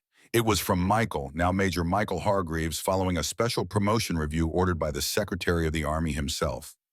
The text contained a single image. Michael standing proudly beside his own tank, now adorned with a new unit insignia incorporating elements of both traditional Abrams tanks and the MAV design. The future of armored warfare, the caption read, best of both worlds. Bill smiled, feeling a profound sense of satisfaction. The Army had ultimately adopted a balanced approach, exactly what he'd advocated from the beginning. Abrams tanks would remain in service for main battle operations. MAVs would take on specialized roles in electronic warfare environments in defensive operations. And yes, autonomous systems would continue development, but with realistic expectations about their capabilities and limitations. Colonel, Rodriguez gestured toward the approaching prototype now completing its testing circuit. Would you like to take it for a spin? The controls are similar enough to an Abrams that you'll pick it up quickly. Bill hesitated only briefly before nodding. Absolutely. Need to see what all the fuss is about. As he climbed into the commander's position, Bill was struck by the vehicle's innovative interior design. Despite the low profile, the crew positions were surprisingly comfortable, with excellent visibility through advanced optics that provided a better field of view than the direct vision blocks of conventional tanks. Ready when you are, sir, the driver called up. Just give the word. Bill settled into the familiar rhythm of commanding an armored vehicle, directing the driver through a series of maneuvers that tested the MAV's capabilities. The vehicle responded beautifully, combining the protection of a tank with the agility of a lighter fighting vehicle. As they completed the circuit and returned to the starting point, Bill felt a connection to every tank commander who had come before him from the earliest days of armored warfare through to the modern era. The technology had evolved tremendously, but the core principles remained unchanged. Protect your crew, move with purpose, strike with precision. The MAV represented the next evolution in that lineage, not a revolution that discarded hard-won wisdom, but an innovation that built upon it. Just as the German S2G had adapted to the realities of its era, the MAV was designed for the electronic battlefield of the future, combining the best elements of human judgment and technological advancement. 1 week later, Bill stood at attention as the Secretary of the Army pinned the Distinguished Service Medal to his uniform in a ceremony at the Pentagon. The citation praised his extraordinary contributions to the future of American armored warfare and his moral courage in advocating for combat systems that prioritize soldier survivability and mission effectiveness. After the ceremony, Bill found himself in conversation with the secretary, a former infantry officer who had seen combat in multiple theaters. You know, Colonel, the secretary said thoughtfully, what impressed me most about your advocacy wasn't the technical details or the historical parallels, though those were compelling. It was your fundamental understanding that technology serves the warrior, not the other way around. Bill nodded appreciatively. That's been the core of my argument from the beginning, sir. The best weapon isn't necessarily the most advanced. It's the one that works when everything else fails. A lesson we seem to learn and forget with each generation, the secretary observed. We get enamored with technology and forget that war ultimately remains a human endeavor. Which is why we need to preserve the human element in our combat systems, Bill agreed. Not because we're afraid of progress, but because human judgment and adaptability remain our greatest advantages on the battlefield. The secretary glanced around to ensure they weren't overheard, then lowered his voice. I'm establishing a new office within the Pentagon specifically focused on ensuring that lesson isn't forgotten again. Combat systems evaluation with emphasis on resilience in degraded environments. It needs a director, someone with both technical knowledge and battlefield experience. Bill immediately understood the offer. Sir, I'm scheduled to retire in 2 months. Plans change, Colonel. Sometimes duty calls us back just when we think we're finished. The secretary smiled. Besides, who better to protect the legacy you fought so hard to establish? After a moment's reflection, Bill nodded. I'd be honored, Mr. Secretary. That evening, Bill called Michael to share the news about his new position and delayed retirement. So much for fishing and writing your memoirs, Michael chuckled. Mom always said you'd never really retire. She knew me too well, Bill acknowledged, feeling a bittersweet pang at the mention of his late wife. She'd be proud of you, son, standing up for what's right even when it put your career at risk. I learned that from both of you, Michael replied quietly. Speaking of which, I've been assigned as the officer liaison to the MAV operational testing program. We'll be working together, at least indirectly. Bill felt a surge of pride and satisfaction. The Hargreaves family tradition of armored warfare would continue, evolving to meet the challenges of a new era, just as the vehicles themselves had evolved. 6 months later, Bill stood on a viewing platform at White Sands Missile Range, watching as a formation of vehicles maneuvered across the desert terrain. Leading the formation were 3 Abrams tanks, their massive forms powerful and imposing. Behind them came 5 Mavs, sleek and low to the ground, moving with predatory grace through the sand. And flanking the formation were several autonomous combat vehicles, now redesigned with greater resilience against electronic warfare. Together, they represented the future of American armored warfare, a balanced force that combined the strengths of each platform while mitigating their individual weaknesses. The formation had just completed a grueling exercise simulating combat in an environment saturated with electronic jamming, cyber attacks, and precision munitions. Rodriguez joined him on the platform, now wearing the silver oak leaves of a full colonel, following her promotion as MAB program director. Final results just came in, she reported. Overall mission success rate 94%, even with 70% of communications networks disabled. The integrated force concept works, sir, better than even we predicted. Bill nodded with satisfaction, because it respects both the potential of technology and its limitations.